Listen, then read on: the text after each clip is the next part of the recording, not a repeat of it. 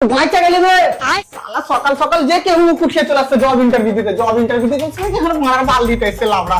আর next part হবে रोम रोम भाइयों। वाह क्या लड़का है, वेरी हैंडसम बॉय। लेन স্যার আমার সিভি দেখুন। ও সিভি টিভি দেখো না, আমি নিজেই করতে জানি না। তুই এটা বল যে কোম্পানিকে আগে নিয়ে যাওয়ার লেগে কি করতে হবে? একদম সোজা চার কোণে যেটা চাকা লাগিয়ে দাও। আরে খাপা তো দাও, মানে আমি এটা বুঝাতে চাচ্ছি যে তুই কোম্পানিকে কি করে আগে নিয়ে যাবি। বাল আমি বিনা চাকা টাকা নিয়ে যেতে পারবো না, বানা ঠেলতেই পারবো না। আরে তোর কি মাথা খারাপ হয়ে গেছে?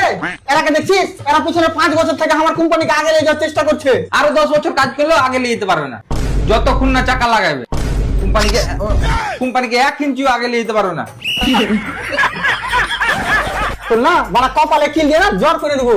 তোমার একবারই তো বুঝতে পারিস না, মানে এমন কি কাজ করলে আমার এই কোম্পানি সবার থেকে উপরে থাকবে। হবে তো অফিসারকে বানালছে বে। এটা তো একদমই সোজা। বাকি কোম্পানি বিল্ডিং এর উপরে 2-4টা মিস্ত্রি ডেকে 2-4টা রুম বানালে তাহলে তো হয়ে গেল তোমার কোম্পানি উপরে। দেখে দিলে নিজের অকাত। তোকে বললো না, চল হাট। লে মারা এক এখন আমি ওপরে করার চক্করে ঘাড়ে করে নিয়ে ঘুরে বেড়াবো। अगर करे तो करे क्या, बोले क्या। আরে দাদা তুমি বুঝতে পারছো না কেন? তুমি যদি ভালো করে কাজ করো তাহলে আমার এই কোম্পানি উপরে যাবে। হেইটু মারা এর এখনো মাথায় ঢুকনি।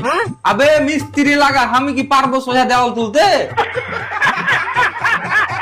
তোর ভালো লাগে বলছি ভাই, তুই এখান থেকে চলে যা। যাচ্ছি তো মানা, তুই আমাকে খেপা পাইছিস নাকি? এত পড়াশোনা করে তোর কাছে রাজমিস্ত্রি কাজ করবো?